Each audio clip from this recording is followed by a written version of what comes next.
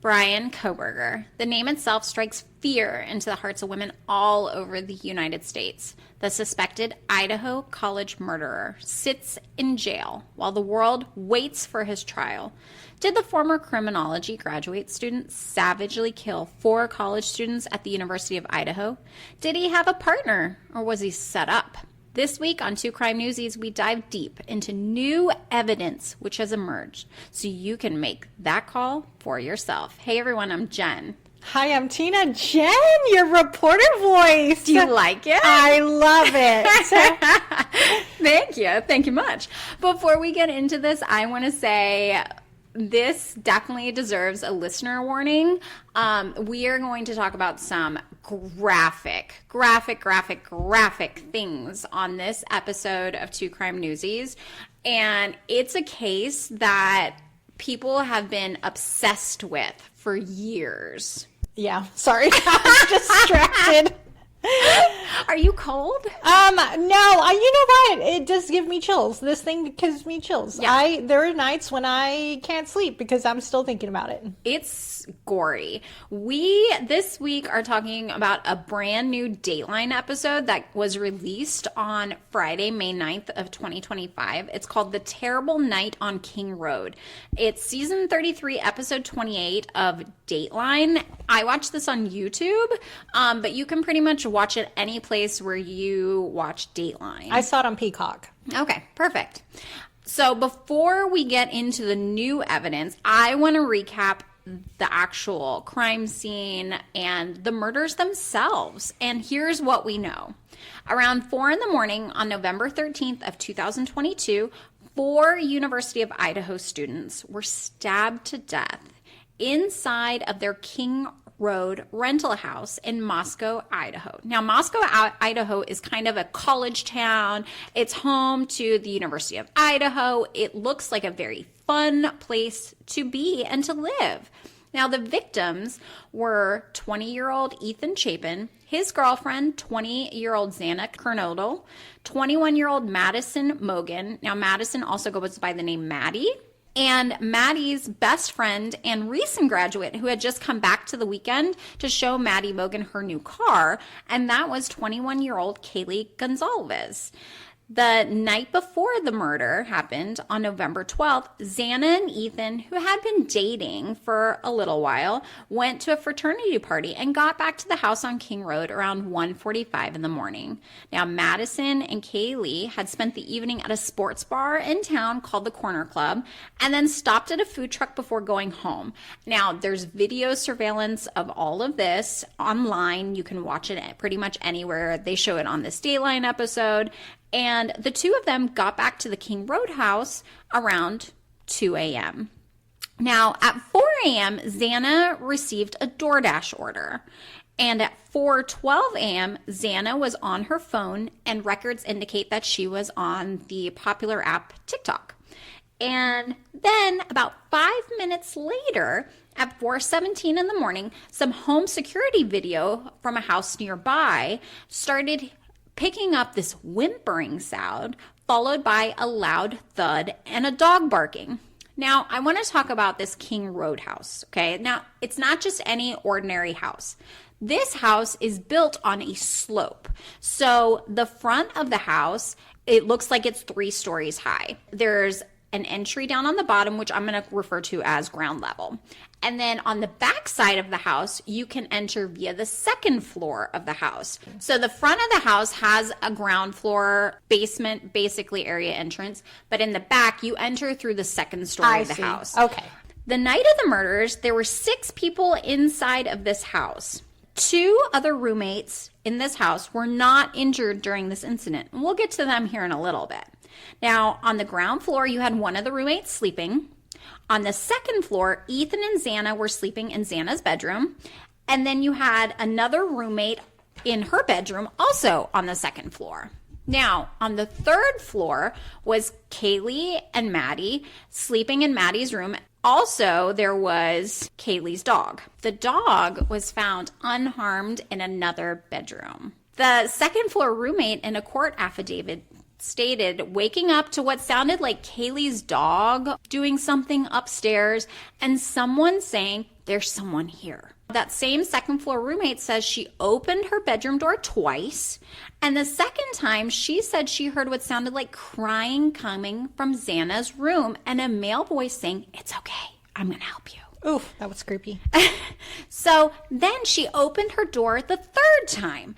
And she describes the suspect, this guy who she saw, as being about 5'10", kind of an athletic build with super bushy eyebrows. That's all she saw was his eyes, really. Mm-hmm.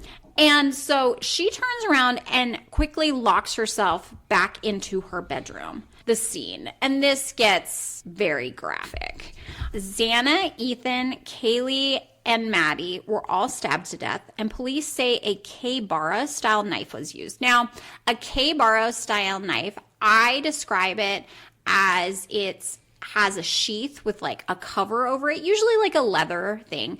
And then the knife is like a long, almost like a Rambo style knife. It's a good thing to like visualize this knife as. Police said that a K-Bara style knife was used on these 4 unsuspecting, innocent college students. Now, the knife sheath was left at the scene in the room of Maddie and Kaylee, and it was laying on the bed next to Maddie. There was apparently blood all over the walls.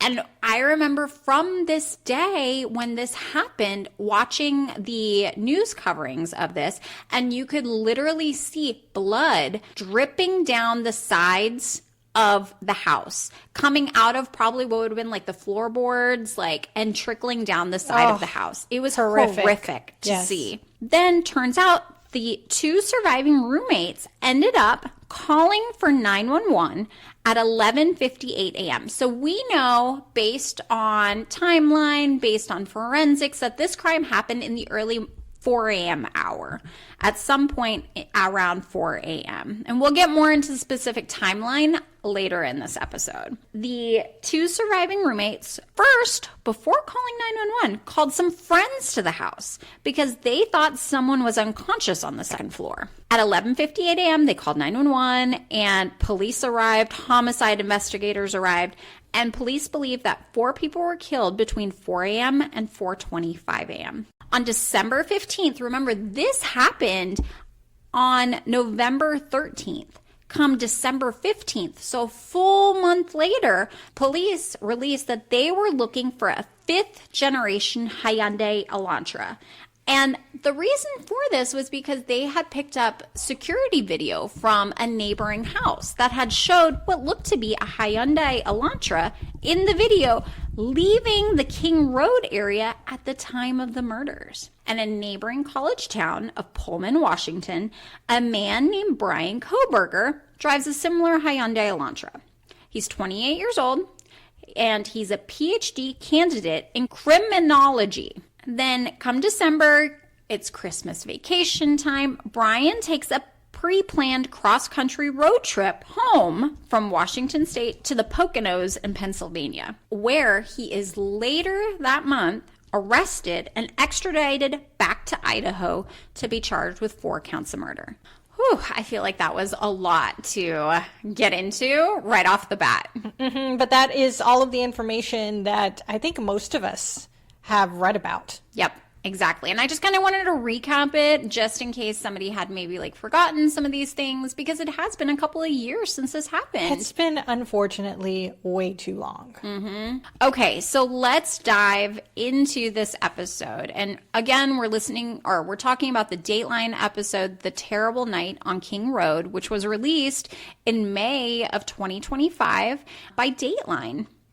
So the narrator of this one is Keith Morrison, who I love. I think Keith has such a good voice. He's such a good interviewer. He's calm, and he's always very present. I do love a narration by Keith. And the opening of this story begins with what looks like aerial drone footage of springtime in Moscow, Idaho. And we see some footage of the University of Idaho campus, including a newly built memorial for the 4 students that were killed.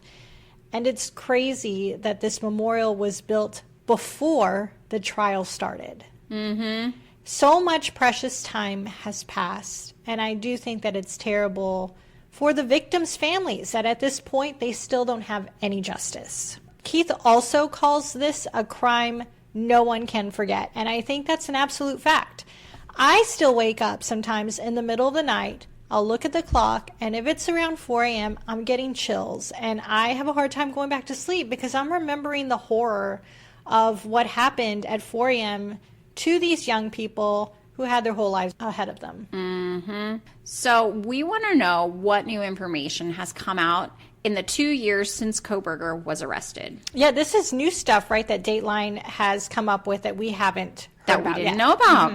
So the first thing is there is home security video from 3:58 in the morning on November 13th, 2022 that shows a white car circling the King Road house where these 4 college students were at with their 2 other roommates. We see in the video the car pulling up to the house right before the murders and then speeding away very quickly right after. We also learn about some pictures from Bryan Kohberger's phone showing him wearing a black hoodie, looking super creepy, as well as some searches that he had been doing before and after the homicides.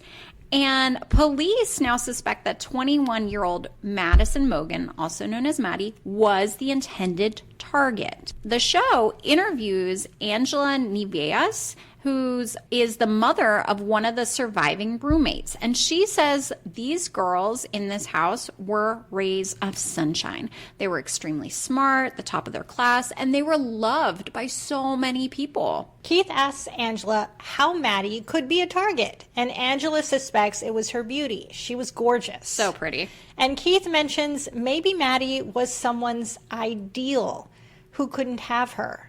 And Angela, again, is Ashlyn's mother. Ashlyn was one of the roommates that wasn't home at the time when the murders happened. She had just moved out. So Ashlyn was one of Maddie's best friends. She had just graduated and moved back home with her parents. And according to an article on today.com, Ashlyn was planning on visiting her roommate the night the murders happened, but had to stay home instead to watch the family dogs. Could you imagine? No. Wow. That's horrible. Yep.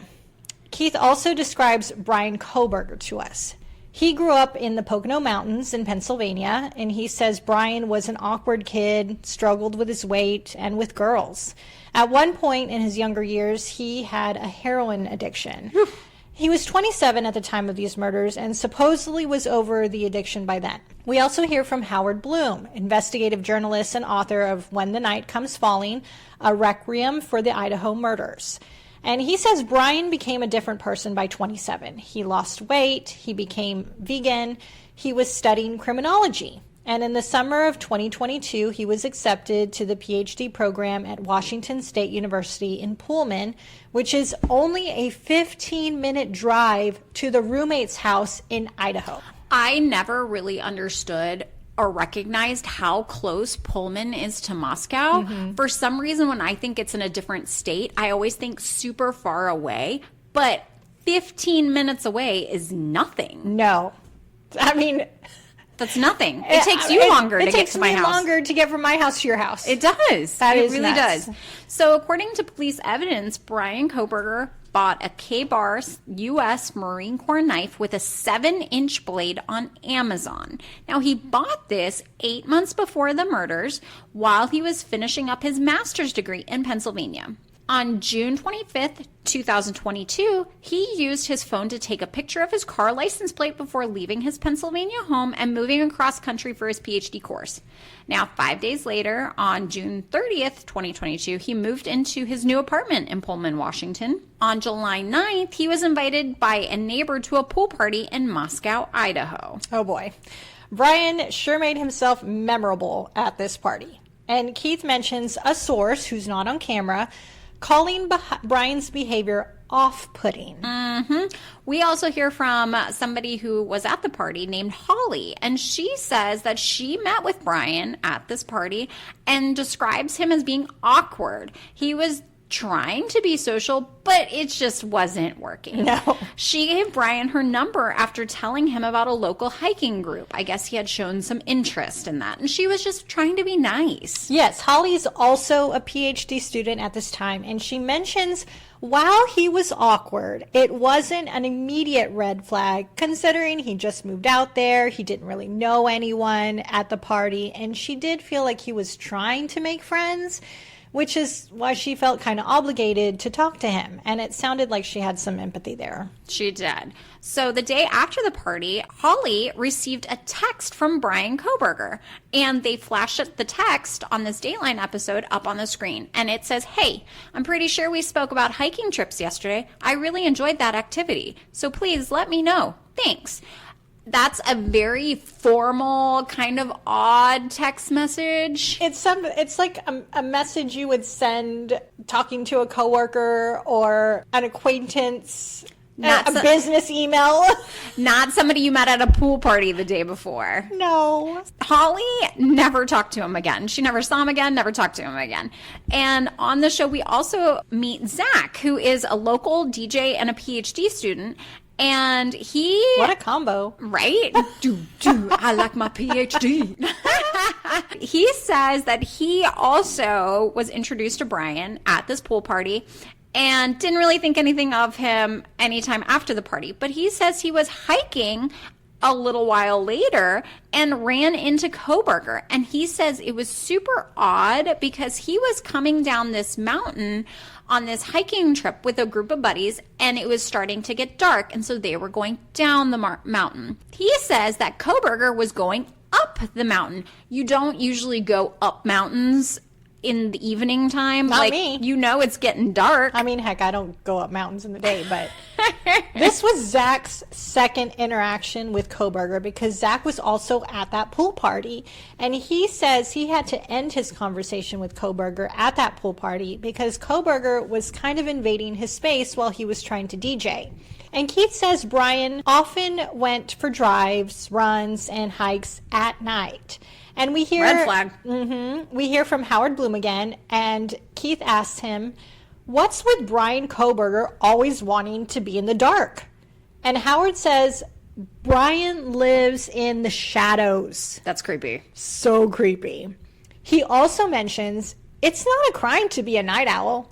I agree with that. I am a night owl. I am not. I do my best work at night.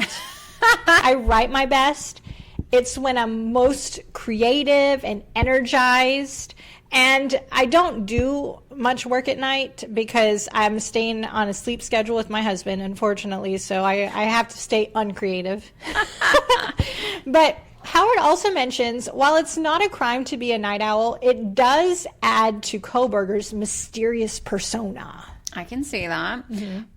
Bryan Kohberger's attorneys say he has obsessive compulsive disorder, which can disrupt sleep cycles. So that might be a reason for these midnight hikes or these late night hikes. I guess. We find out on this show that FBI cell phone tower data starting in July 2022 showed Kohberger visiting a specific area in Moscow more than a dozen times until mid-August. Is it Moscow or Moscow? Moscow. Moscow, I thought. Moscow?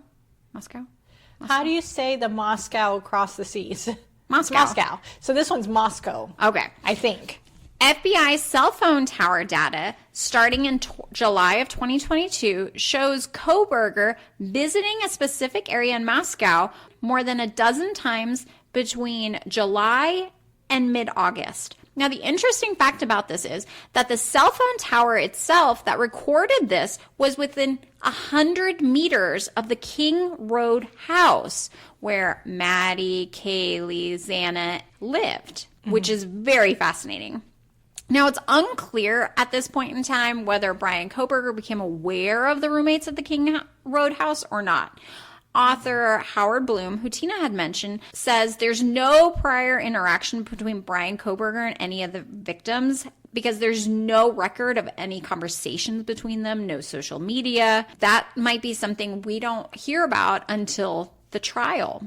Now, on August 16th of 2022, Kohberger's phone records show he Googled the name Ted Bundy serial killer. Then we learn that he searched one of his professor's names and then downloaded a paper written by that professor called Ted Bundy on the Malignant Being, an analysis of the justificatory discourse of a serial killer. And that's by Emily Pednault.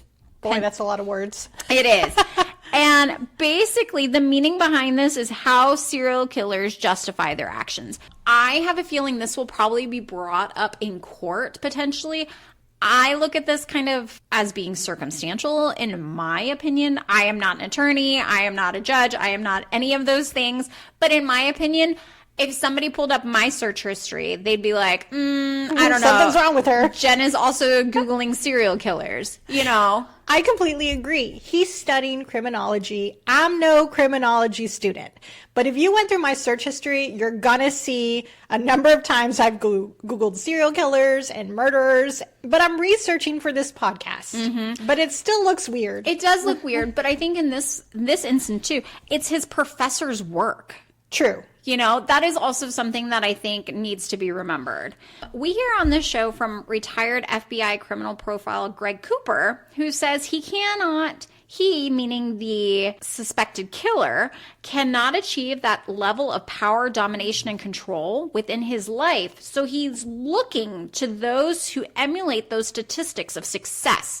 And that statistic of success in this case would be Ted Bundy, because he went on a very long, I don't want to use the word successful, but killing rampage. Cooper goes on to say that because of those statistics of success, the suspected killer decides to follow it and says, hey, I can do this myself. So when he said that, I thought, well, maybe that's why he's studying criminology in the first place. Maybe it's his way of figuring out how to do this. Allegedly. Yeah. Something interesting we also see is police body cam footage where police are going to the roommate's house on King Road for noise complaints. And we hear it was a party house. And at one time, there was a party there and none of the roommates were even home. I mean, it's a college house. Like, I don't find that all too odd. It's odd to me.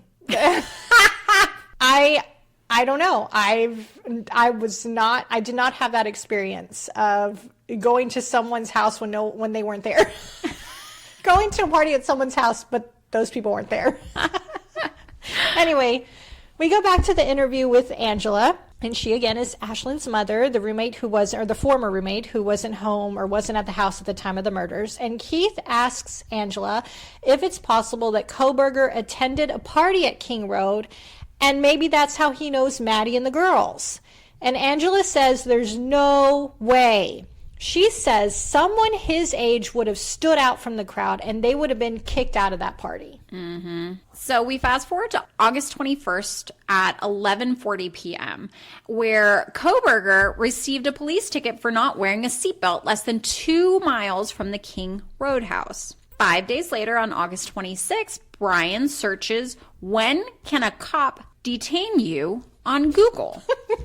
That's just one of the questions I'd probably search. You probably would. I don't know. I have to go back and look at my search history. We should do that for fun. Oh. Go back and look at our search history and just see all of the crazy crap we Google. Profiler Cooper says he's testing, and by he, again, he means Kohberger, is testing what protocol is for a police officer and comparing that to what his experience was. He also Googled, according to the show, things related to pornography, words like forced, drugged, and sleeping.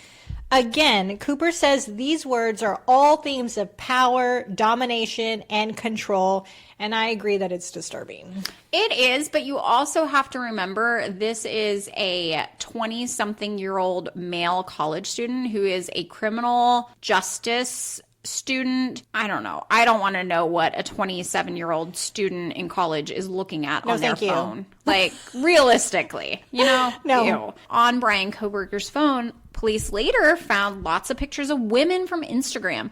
And we see some of these pictures on the screen. Their faces have been blurred out, but it's clearly very evident what is in these pictures.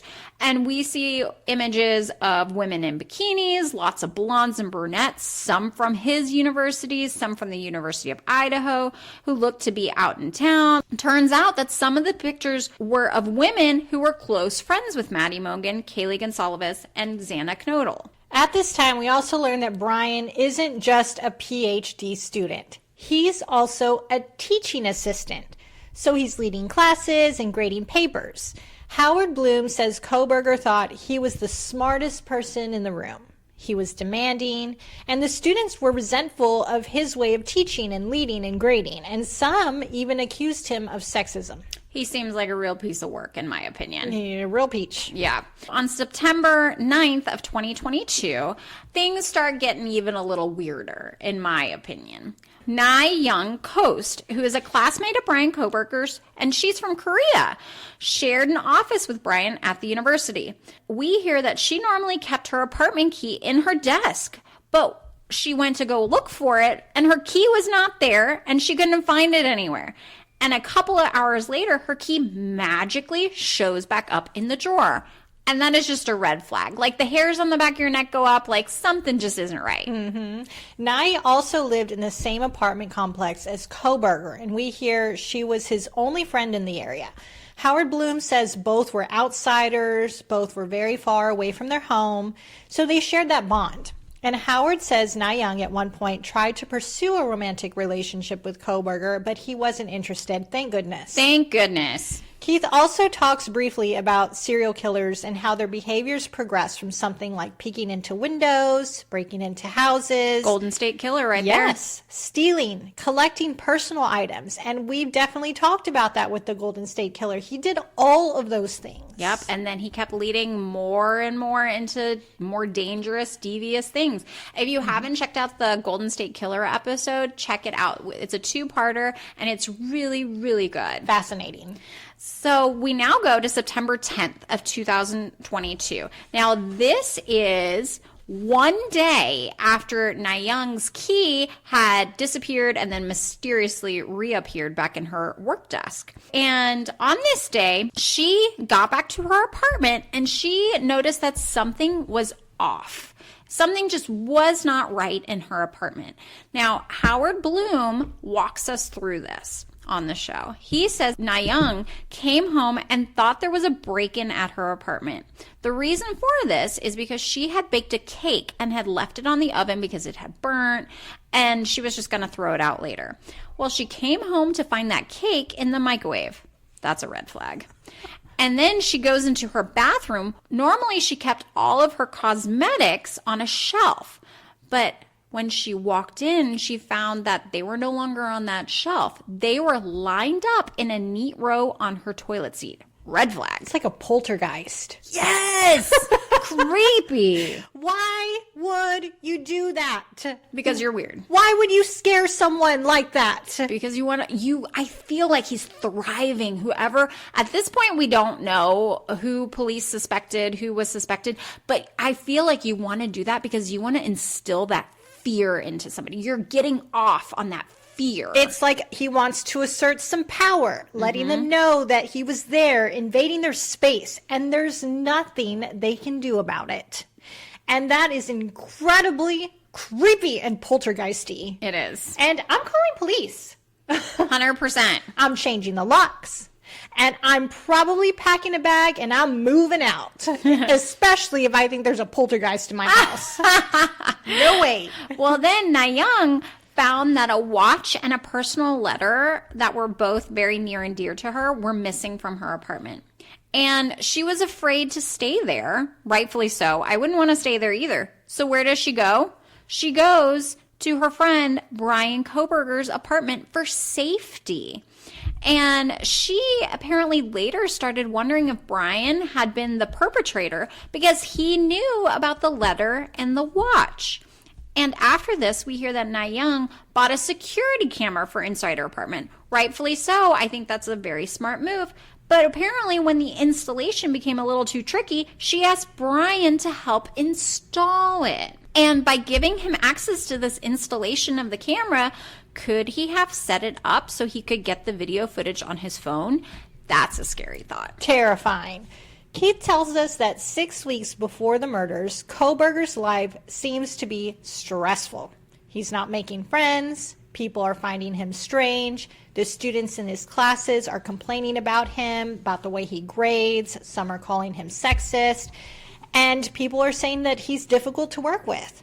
So at this point, it's the end of September, and Keith tells us the dean called Kohberger in to discuss professional behavior. Cooper says all of these things that were happening in Kohberger's life are called precipitating stressors or triggering events. Definitely triggering. On September 30th, Kohberger reportedly Googled sociopathic traits in college students. The question is, could he be Googling these things because he's seeing sociopathic traits in himself? How self-aware. Or is he Googling these things because he's a criminology PhD student?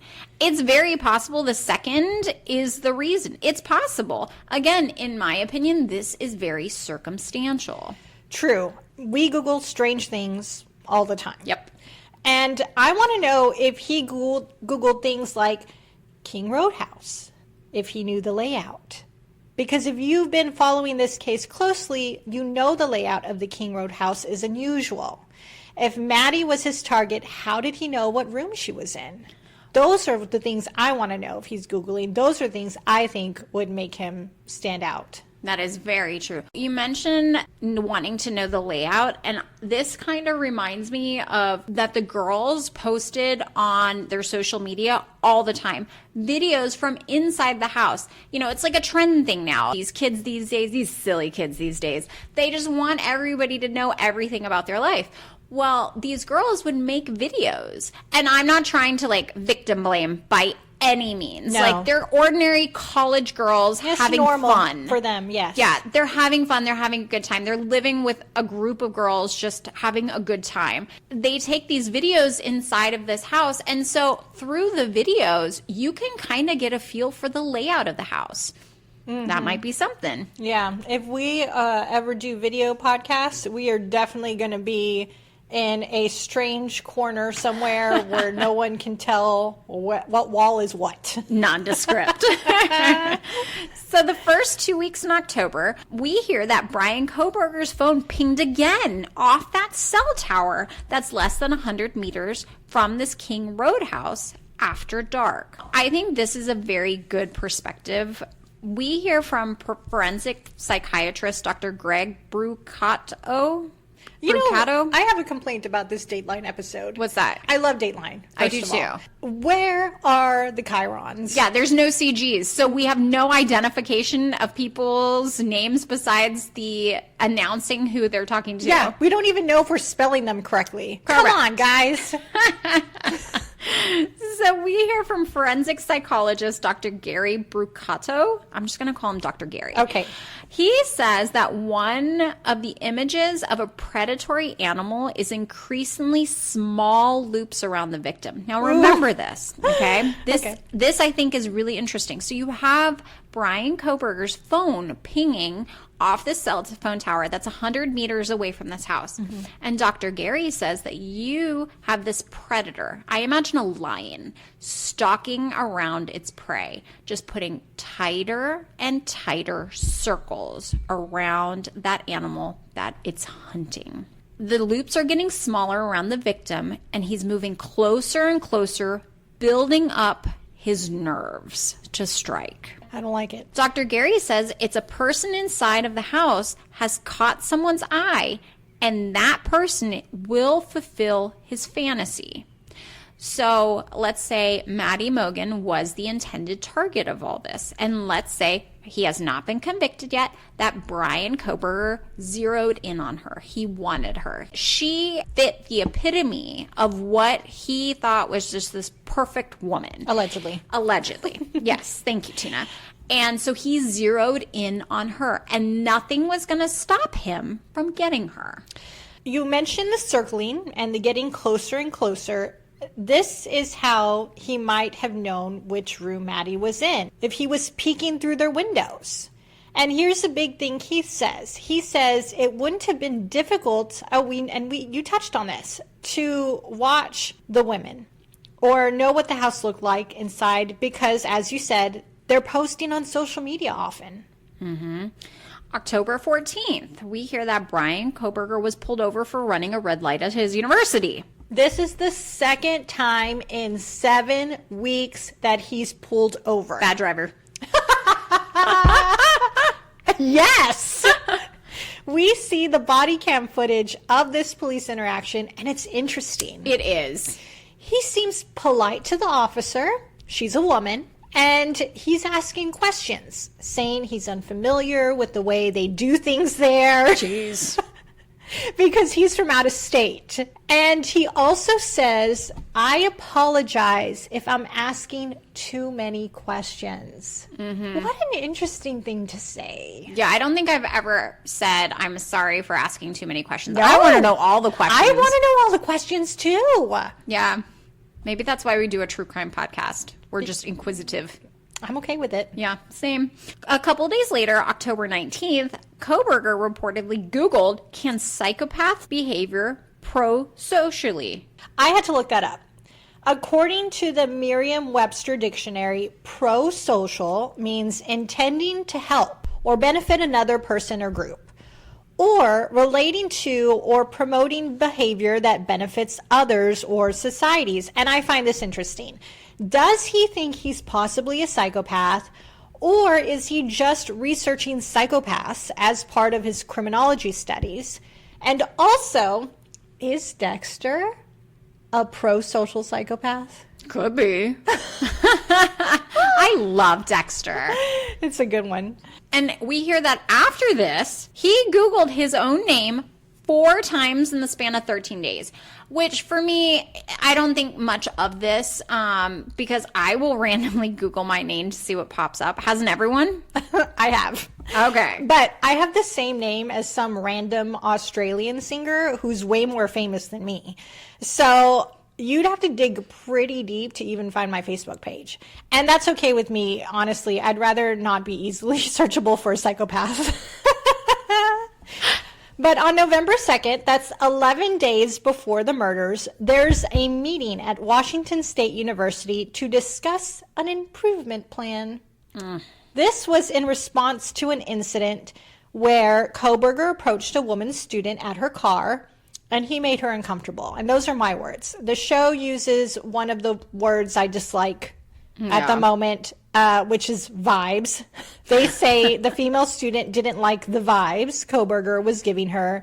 And I'm over the word vibes. It doesn't give me enough information. I need more descriptive terms when you say the vibes are off. It's my complaint there. I mean, something, you know, his mood was dark. His demeanor, his words, his tone. Come on. Yeah. While Tina ponders over here about different words, I'm going to keep going here.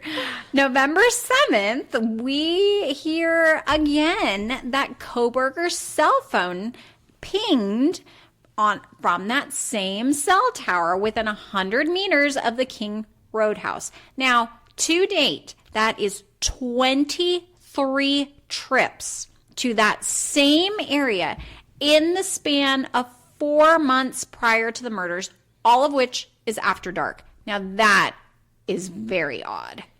Yeah, you can't deny it. And we don't have an explanation for these trips to King Road from Kohberger's end. We don't know if he has a friend that lives there or if this is a typical route that he takes to get to a certain place. We don't hear any explanation. No explanation. Prosecutors on the show say he stopped using his debit card on November 10th. Now, on November 11th, a court affidavit states he started using anti-forensic methods to clear his school computer. Now, that's strange.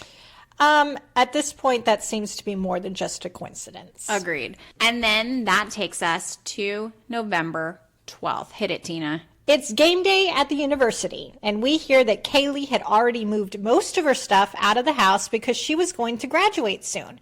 But she was there at the house to show her friends her new Range Rover. Ashlyn, again, Maddie's really good friend, best friend, had also graduated and moved out of the house, and she was planning to be there that night, but she stayed at her parents' house instead to watch the dogs because her parents were out of town. Ethan was staying at the house with his girlfriend, Xana. And then there were the two newer roommates, I believe, that were staying with them. So it's 8:08 p.m. We hear that Bryan Kohberger is watching YouTube. Then it's 9 p.m. The roommates and Ethan Chapin take a picture together. And now this is an infamous group photo that you will see all over social media, all over the internet. You can see this pretty much everywhere. It's posted by Kaylee Gonzalez on Instagram. By 2:30 in the morning, everyone is back at the house. Remember, they had all been out for the night, and by 2:30, everyone's home. At 2:54 a.m., Bryan Kohberger's cell phone, located in Pullman, is turned off. Suspicious. And at 3... Before you go on, I want to know if that is normal. Does he normally, because at a certain time every night, I normally put my phone on like a vibrate mode or, like a quieter mode. I do not disturb. Okay, do not disturb. Does he regularly at 3 in the morning turn his phone off?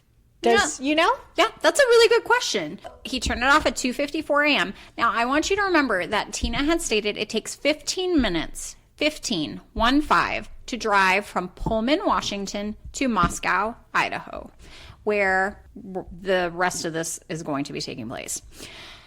At 3:26 a.m., a white Hyundai Elantra is detected in the southeast corner of Moscow. Moscow. What? Moscow. Okay. At 3:26 a.m., a white Elantra is detected in the southeast corner of Moscow. At 3:30 in the morning, security video from a neighboring house on King Road records a white Elantra turning towards the King Road house. 3 minutes later, at 3:33 a.m., the same video camera shows the white Elantra passes the house and drives away from King Road. A few minutes later, 3:38 a.m., same security video shows that white Elantra comes back and turns onto King Road.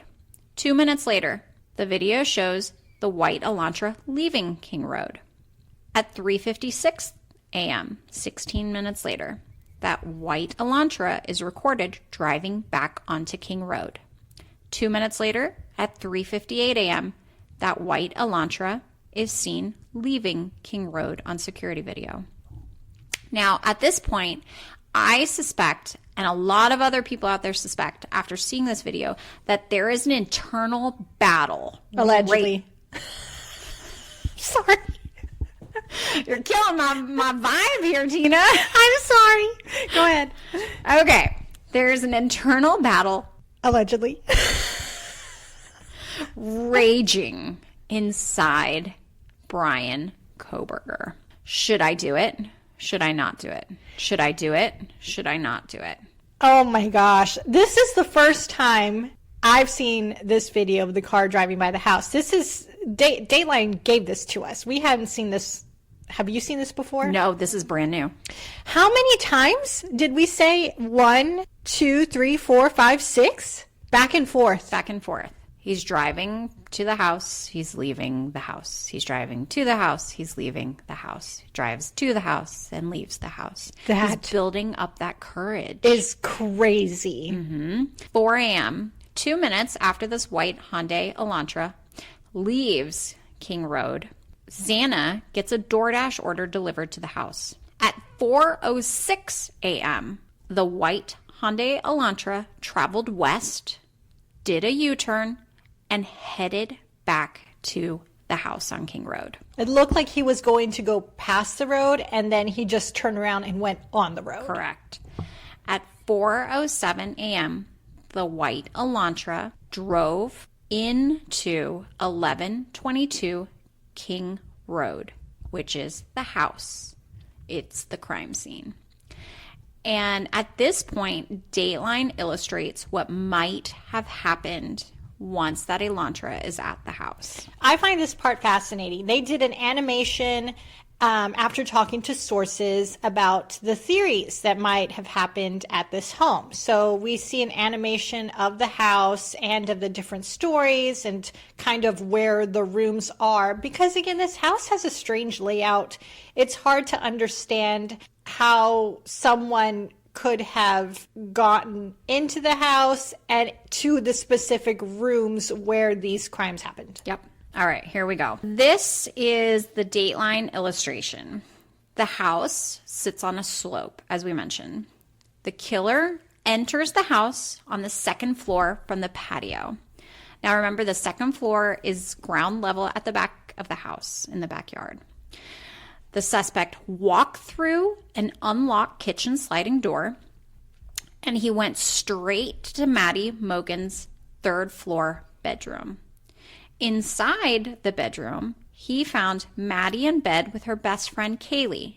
There was a struggle. It was noisy. And there's speculation that Xana, who is in the bedroom downstairs, heard the commotion and went to investigate. Now, remember, a few minutes earlier, she had received a DoorDash order, and she had also been on TikTok. So she's still awake. Mm-hmm. It's suspected that the killer saw Xana and chased her down to her bedroom. And during that time, the K-bar knife sheath, the thing that goes over the knife, is dropped on the bed of Maddie and Kaylee.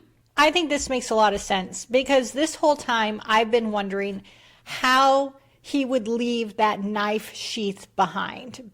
But if he was surprised or distracted by someone being there, I now can see how he would just leave it, forget it, and go after his next victim. Mm-hmm. So at 4:17 a.m., security camera on, again, that neighboring house picks up the sound of what is believed to be whimpers and a loud thud. Now, we got to listen to this audio, and for me, it was chilling. It gave me goosebumps. To me, it sounds like screaming, followed by a very loud bang, followed by a dog barking. The show goes on to say that Xana was stabbed, and then the killer went after Ethan and stabbed him in an artery one time, and Ethan died. What happens next is new information.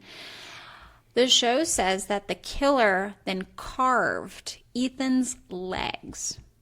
We don't have any other specifics than that, though I'm sure more will come out during the trial. Also, going back to the audio from the neighbor's camera, it sounded really muffled to me. I couldn't make out a lot of what that was except the dog barking. I definitely understood that bark. I have dogs. You have dogs. That was an alarm bark. It was. I rewound that and replayed it many times because I really wanted to try to hear it. Mm-hmm. And for me, it sounded like screaming, and then you hear a pop, like a bang, like a poof. Yeah, I didn't want to rewind. I rewound it once, and I didn't want to do it any more than that. Again, yeah. I hate to think that those were the last moments of someone's life. Yeah. I didn't want to listen to it any more than I needed to for this. Yeah.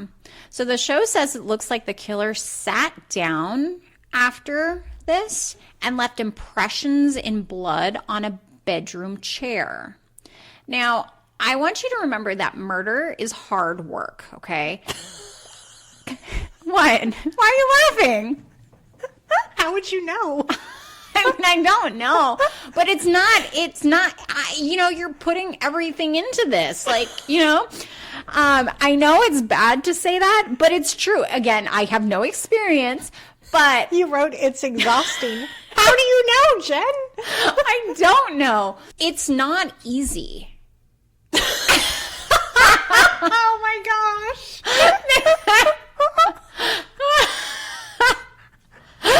I know what you're trying to say. It's just coming out funny. It's coming out so wrong.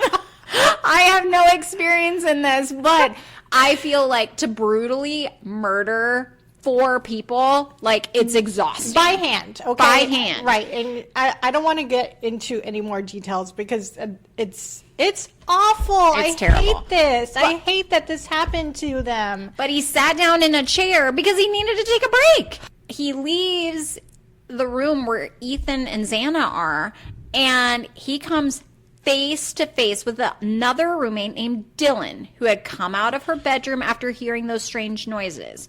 And The killer walked past her and out the house. And Dylan, we hear, was intoxicated at the time. She locked herself in her room. At 4:20 in the morning, home security video from the house next door again recorded the white Elantra leaving King Road at a super high rate of speed. I mean, he is flying down that road. I want to go back to the timeline real quick just to get an idea of how much time has passed since the car arrived and when the car left. Yeah. So the car arrives, according to this episode, at 4:07 a.m. and leaves at 4:20. That's quick. That is fast. Yeah. It's hard to believe that someone parks the car, gets into this house, walks up to the third story, is stabbing 2 people, walks down, stabs 2 more people, sits down for arrest, and then leaves, all in a span of, okay, I'm bad at math, help me out here, 18 minutes? 17 minutes. 17 minutes. 17 minutes. This is one of the reasons that I think, and this is just kind of my speculation, that a lot of people out there think there was another person also there 17 minutes. to do that. Pure carnage. It's crazy to me. I mean, this person has to have some extremely high adrenaline fuel happening, and maybe that's why they needed a rest. Maybe. I don't know, but and that is the thing. Whenever I wake up in the middle of the night and I think about this and it's 4 a.m., that's what goes through my mind the most. Like, oh my gosh, it only happened in that short of a time period. Something about that I just find incredibly disturbing. Mm-hmm. Yeah. So at this point, Dylan, the roommate who saw the guy with the bushy eyebrows, the suspected killer, starts texting the downstairs ground level roommate. 2 minutes later, after she sees him, she says she is scared and describes seeing him. The two try to get in touch with the roommates, but no one answers. And the downstairs roommate, whose name is Bethany, tells Dylan to run to her room. Now, we hear that at this point, Dylan leaves her room to go to Bethany's and sees Xana laying on the bedroom floor with her head towards the wall and her feet towards the door. Dylan reportedly thought that Xana was drunk. In my mind, I'm like, go check on your friend. Go. Yeah. Go check on your friend. I agree. And also, I want to mention one more thing since we were talking about the timeline. Doesn't the show state that when he stabbed Ethan, he did it fatally? Like, he immediately hit a fatal... One time into a major artery. One time into a major artery. So, if you're thinking about that, if you think about it that way, if he's only stabbing them each one time in a fatal artery, we don't know that. They don't mention that. They just mention Ethan, right? Was stabbed one time. Ethan was the only one who was stabbed once. Okay, because when I think of it that way, if you think that it was only once in a major place, I could see had the 17 minutes. But there was a struggle. That's true. There was a struggle between Xana and him. You're right. And it's believed that Xana ran back to the bedroom because Ethan was also in her bedroom. You're right. And again, I have so many questions. Mm-hmm. And I know it was 4 a.m., but if Xana was in the kitchen getting her DoorDash, were the lights in her room on? Were the lights in the kitchen on? Or were they off because Ethan was sleeping? Maybe if it was dark, it was difficult to see, but she had to have thought that it was weird, the roommate that saw Xana laying there. Yeah, she had to have thought it was weird that Xana was on the floor. I mean, yeah, I don't think people just randomly decide one night, hey, I'm just going to sleep on the floor of my bedroom. Yeah. Yeah. It's very odd. So at 4:48 a.m., FBI records indicate Kohberger's cell phone was turned on and pinged off a cell tower south of Moscow. The signal then moved west and at 5:20 in the morning pinged off a cell phone tower in Johnson, Washington, which is to the east. And at 5:39 in the morning, it pinged in Pullman, Washington, in the area of Kohberger's apartment. So he's moving, okay? The cell phone is moving. And at 6:14 in the morning, Kohberger, according to the show, made a phone call to his parents' house in Pennsylvania. And he had called his dad's phone number. And that call lasted 36 minutes. Now, we hear that 3 calls were made the morning to his dad, the longest of which was 54 minutes. I want to know what they talked about. I want to know so bad. This, I think, is chilling. At 9 in the morning, the show states that Bryan Kohberger's phone pings in Moscow near the King Road house. Why is he back in Moscow? Is he checking to see if police had been alerted? The nerve to go back. I want to see. And at 10:31 in the morning, Bryan took a thumbs up selfie in his bathroom. Now, we see this picture on the screen, and it's just creepy. He's all like showered and neat looking, and he's just thumbs up with a smile. And at 11:30 that same morning, Bryan's phone pings in a small town 34 miles south of Pullman. And it's suspected, was he disposing of evidence? There's a river in this town. And in my opinion, a river is a really good place to dump some evidence. It just kind of floats away. I want to know, was this searched? It's something that we don't hear. I'm assuming it was searched. It would make sense to search, but you never know. Yeah. That takes us to 11:50 in the morning when Dylan, the roommate who saw the suspect, called a friend to come over to the house, and the friend brought along her boyfriend. The 3 walked up the stairs to investigate, and they saw Xana on the floor and thought she was still drunk and asleep on the floor. The boyfriend reportedly told the girls to get out and call 911. And at 11:56 in the morning, Bethany, the roommate on the ground floor, called 911, and police came to the house and found the absolute carnage that was inside of this house. Right. Bethany tells the dispatcher that one of the roommates was passed out and not waking up. And Cooper, the profiler, says the only way to describe what could have possibly happened is that the roommates were so overwhelmed by what they heard and saw that instead of behaving rationally, they behaved irrationally by waiting so long to call for help and not fully processing what was happening. And so instead of seeing their roommate's lifeless body, they saw their roommate passed out. The way I see this, though, is it's 11 a.m. It doesn't matter if you have blackout curtains. There's some form of light shining into that room. You know what I'm saying? Mm-hmm. You're going to see something. And the fact that police and investigators and all of these people say that this house was an absolute bloodbath, how are you not registering? Shocking. Police found Xana lying in a pool of blood, and they find Ethan in the bed. And they find Maddie and Kaylee on the 3rd floor in bed, all fatally stabbed. And they interview Maddie's former boss, and she says something notable here. She says the lack of information after the crime created a lot of terror in the community. And I remember that feeling. I lived thousands of miles away from Moscow, Idaho. And even I was terrified knowing there is some psychotic murderer on the loose. And this crime is chilling. Every crime is chilling, but the breaking in, the killing 4 people with a knife for no reason, it seems, is terrifying. It really is. But I also understand why there was a lack of information, because sometimes you have to keep a suspect in the dark about what's going on if you want to catch them. Very true. And on November 14th of 2022, the day after, the FBI was called in.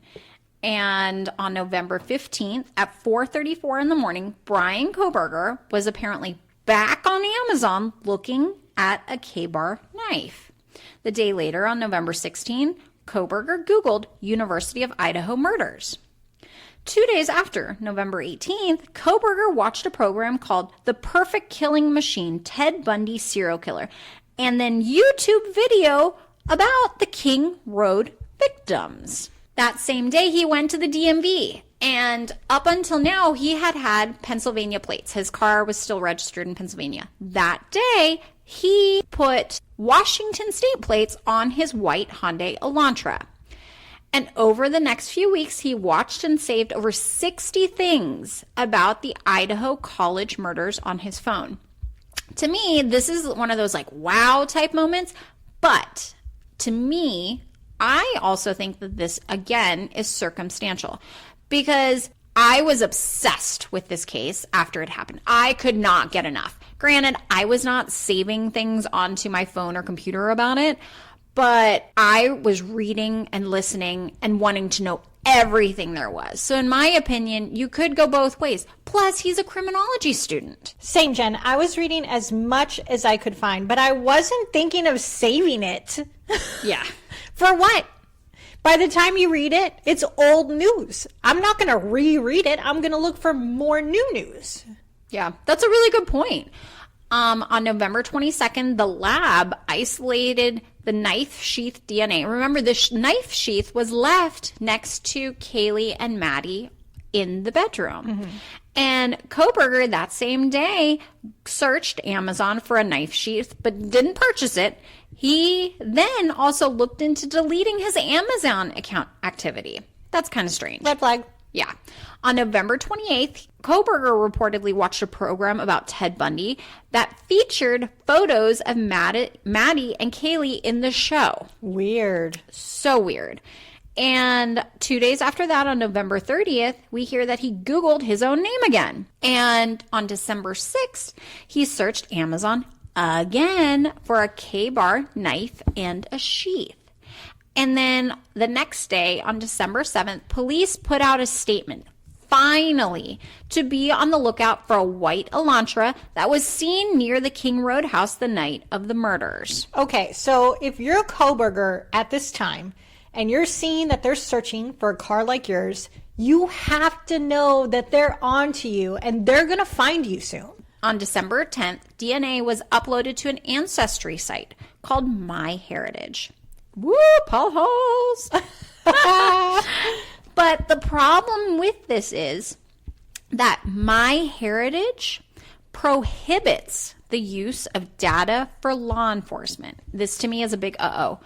And that's a big issue. Jen, why the heck would a site prohibit the use of data for law enforcement? What kind of shady crap is that? I've never uploaded my DNA to one of those sites because I don't want it to be used for something other than what it's being intended for. Even though I have nothing to hide, nobody that I know has anything to hide, it's still one of those things. It's a trust thing. Okay, but I still don't understand why they would deny it for law enforcement. It's not for any other purpose. I think to make it more appealing to the public. For the crimies? Well, I'm not a crimey, but I don't want to upload it. The crimies. Well, it turns out the FBI got clearance to upload the DNA to the site because the public threat was apparently big enough. Thank goodness. And I wrote a note to self, do not use MyHeritage. They are not interested in helping crime victims. And the reason I gave Paul Holes a shout out is one, we love Paul Holes. We do. And then number two is he was very influential in catching the Golden State Killer along with prosecutors in Sacramento because they uploaded the Golden State Killer's DNA to an ancestry site, which led to his eventual capture. Yeah, it's a good thing. It is a good thing, but I can also see why it's hesitant for the public to want to upload. For the crimies. I'm not a crimey. I'm giving you a hard time. Oh, you're going to put that out there. People are going to think I'm crimey. Well, you do know murderers hard work, apparently. So at this point, we hear that Bryan's dad flew to Washington to drive home with Bryan for the holidays and like a cross-country road trip. Sounds like fun. And during this time, journalist Howard Bloom says his dad started getting suspicious of him. The white car? Check. Bryan lives 10 miles away from the murder scene? Check. And on December 15th, Kohberger is stopped by police in Indiana for tailgating. Not once, but twice. He is a bad driver. Definitely. I mean, we hear about 4 traffic stops. But he's got his dad with him. You would think the dad's tells him, hey, can you back off that car? You're a little close. You'd hope so. You can watch a video of this. The officers are recording this in their like vest camera, and I can honestly say he looks so creepy. He always looks creepy. And then 3 days later, on December 18th, the FBI traced DNA to the knife sheet to Kohberger's family, we hear on the show.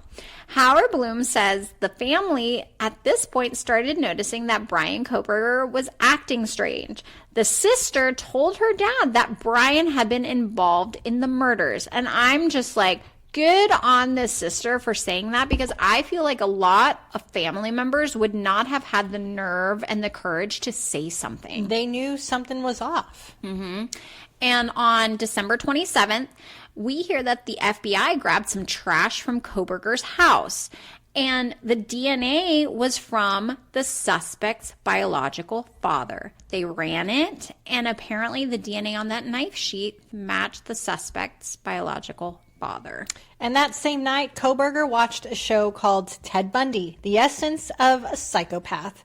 And the thumbnail of that show looks exactly like selfies that Kohberger takes later that night with him in a black hoodie. And we see those in the show. Very creepy.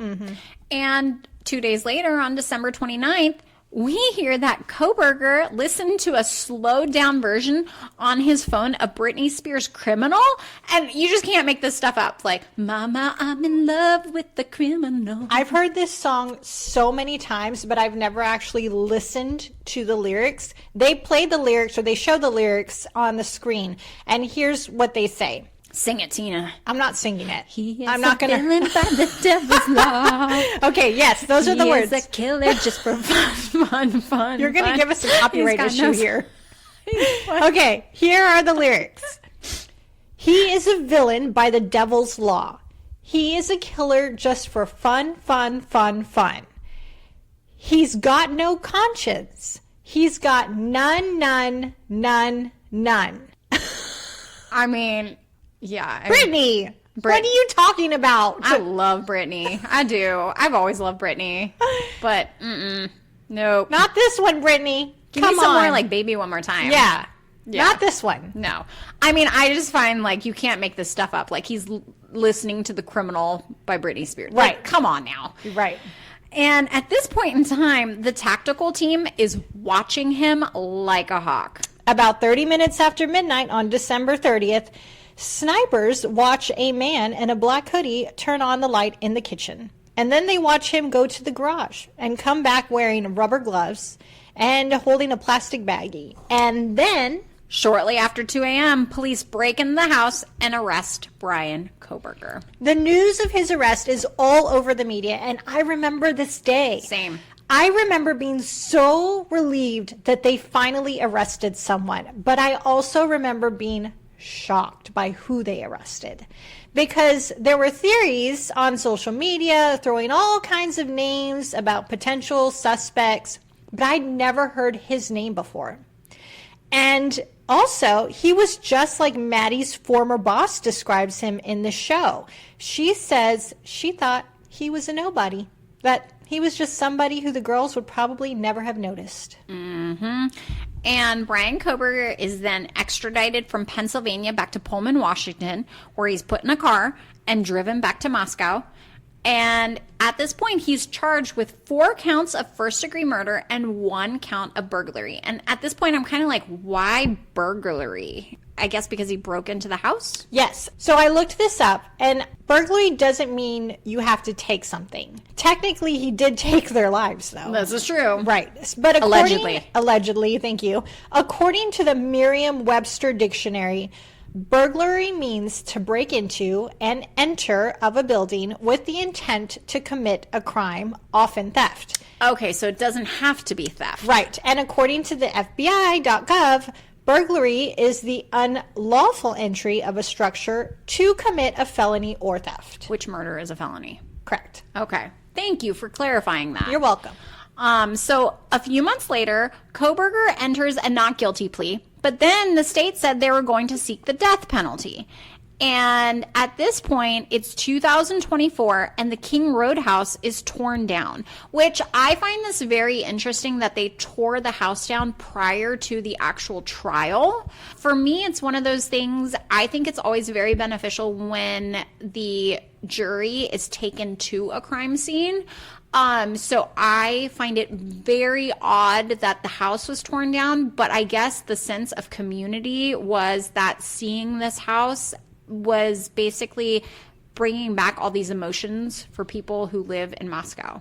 I agree with you. I also, though, am just saddened that it's still this long after this has happened, and that much time has passed, enough for them to demolish the house, and still we're not at trial yet. And they mentioned that the house became kind of infamous. Visitors of the city would stop and see it. So I understand why they would want to tear it down. But also, I again agree with you. I can't believe they did it before the trial ended. I think it would have been super important for the jury to see the actual crime scene. And I feel like the ultimate closure for the families affected would be to see justice done in court and then to tear down the house. Sort of like a symbolic ending to this awful, awful tragedy. I think you're 100% right on that. There was a motion filed by Kohberger's attorney to move the trial from Moscow, Idaho to the state capital of Boise, and that motion was in fact granted. When the trial starts, we heard on the show that the defense will try to put as much doubt in the mind of jurors as possible. The knife sheath is going to be the center of this case. We hear in courtroom video from one of the pre-trial hearings that the defense argued that the state says a single piece of evidence, meaning the knife sheath, ties Kohberger to the case. Only one piece of evidence, they're saying, ties him to the case. And Kohberger's attorney wanted, in this pre-trial hearing, the judge to throw out the DNA on the sheath. She claimed it was inadmissible because the FBI went outside of its own guidelines on investigating genetic genealogy to zero in on Kohberger. I feel like we need Paul Holes. Yes, but Jen, listen to this. Even if they went outside of their guidelines, they still didn't break the law. The guidelines are not laws. I don't know. So I'll be honest, I listened to this entire pretrial hearing. I listened to all of it when it happened. I'll be honest, like, the defense attorney made some really good points. She did. I disagree. You didn't listen to it. You're right, I didn't listen to it. But I have read her arguments. My eye is twitching now. It is. I've read her arguments, and no, I feel like she's throwing as many things as she can at the wall to see what sticks. That's and what that's you do. One of them. That's what you do. Sure, that's what you do. But I'm just saying, in this one instance, she can say whatever she wants about following guidelines, but guidelines are not law. They didn't break law. Okay. So the Dateline spoke to a criminal defense attorney named Jill Bolton, and she says, and she's not involved with the Kohberger's case, but says the FBI has a policy.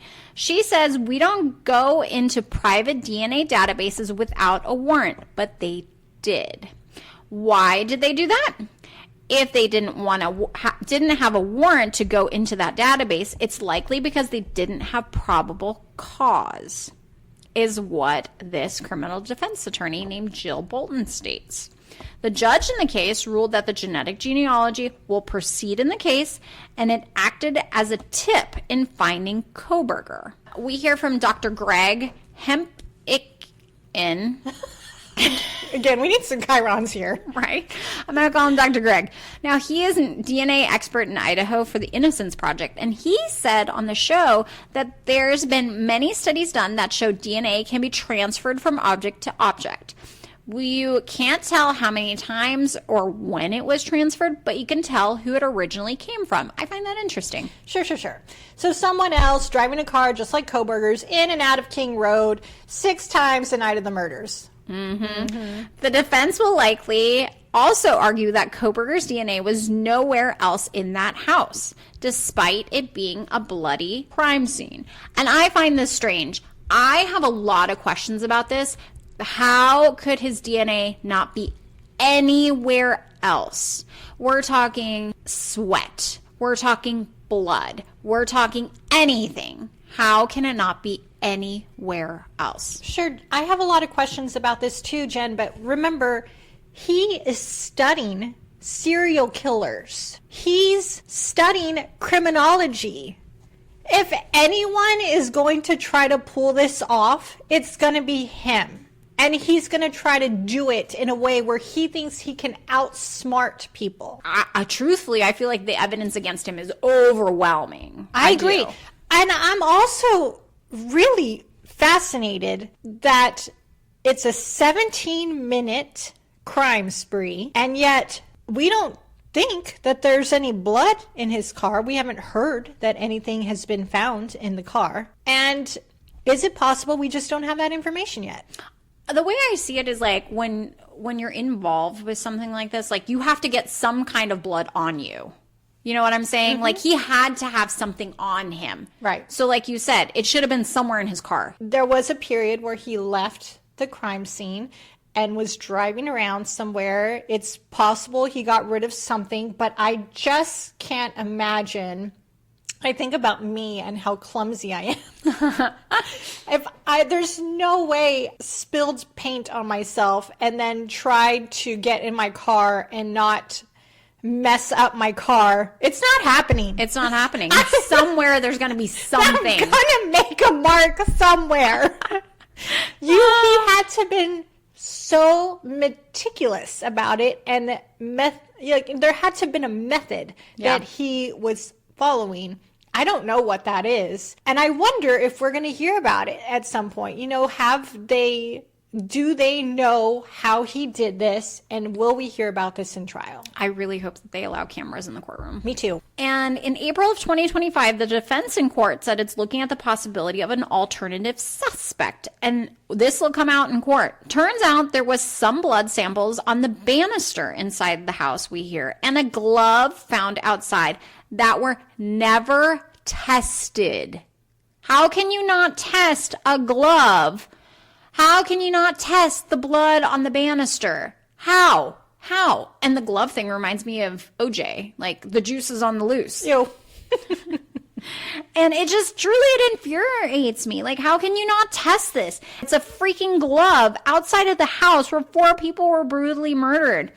In my opinion, dumb. That is just my opinion. But how do you not test that? Yeah, we don't know if it was an actual bloody glove. They do say there was a glove with some DNA on it, but they don't make it clear, like, what kind of DNA. I don't think they do. I don't think so. But either. I agree with you. They have to test everything because your goal should be to find the killer, no matter who it is, to get justice for the victims. You don't want someone wandering around out there who's responsible for these awful crimes. You want the person who did it, and the only way you're going to find it is if you test everything, if you run through all of the theories to try to figure out who did it. Yep. And so the defense is really going to latch onto that glove, and it's really going to latch onto that blood on the banister. It has to. So we hear on the show that it turns out that the roommate who saw the killer that night, Dylan, when she saw a picture of Bryan Kohberger, we hear that she said she didn't know who that was. And that's really not good for the prosecution. Yes. But we have to remember, she only saw his eyebrows, his eyes and his eyebrows. His face is covered. It's dark. You're assuming it's dark. You're right. I am absolutely assuming that it's dark because it's in the 4 a.m. hour. And I'm assuming it's hard for her to see. But I'm also remembering that she claims to have been intoxicated. Yeah. Like, there's so many elements here. Layers. There's so many layers. Now, if convicted, Bryan Kohberger will face the death penalty. And that's something that Kaylee Gonzalez's family has been very adamant about. Her dad said in an interview on the show, if attacking someone in their bed while they're sleeping isn't probable cause for you need to be removed from the planet, what is? And I think that's a very good and very fair statement. Yeah. The defense wanted to have the death penalty thrown out due to Kohberger's autism spectrum disorder, we're told. But the judge ruled that autism can only be brought up if Kohberger takes the stand and testifies. Interesting. Truthfully, I don't think he would take the stand to testify. No, but I don't think so either. I think it would be really stupid on his part to do so. Well, don't say that. We want him to. I know. I want him to testify because I really want to hear what he has to say. But I think for him to do it, it'd be really stupid. Yeah. Jury selection is scheduled for July 30th of 2025. And the trial will happen right after that. And it's expected to take at least 3 months. This Dateline episode was very well done. The timeline was very good. The new evidence, I think, was shocking that this Dateline episode brought about. It's really got you thinking. It's also, I think, tragic for the 2 surviving roommates who live with this. Yeah, absolutely. I'm anxious for this trial. I want to see what's going to happen. I want to know what more we don't know at this moment. You better believe I'm going to be watching. Mm-hmm. We will keep you updated as it's happening. Yes, and if you enjoyed our episode today, go give us 5 stars. So you can also email us to crimenewsies@gmail.com. Follow us on socials. We're on Instagram and Facebook, to Crime Newsies. And leave us a review. It makes us smile when you review us. It makes our day. It really does. And you know what? I think, Jen, do you want to read a review? I think that'd be great. This review is from someone on Apple Podcasts who says, fascinating and fun. Jen and Tina have created a super fun show with deep dives into true crime stories. Their delightful banter really makes it highly listenable and a great way to get your dirty delights. Love it. I know. If you want to leave us a good review, please leave us 5 stars and mention in your review that you want a shout out. We'll shout you out. All right. Well, we will be back for another episode next week. I was about to say same time, same channel. So if you haven't already, hit that subscribe button so you receive all of our latest episodes straight to your phone. Hit that follow button. We will talk to you guys again next week. Bye.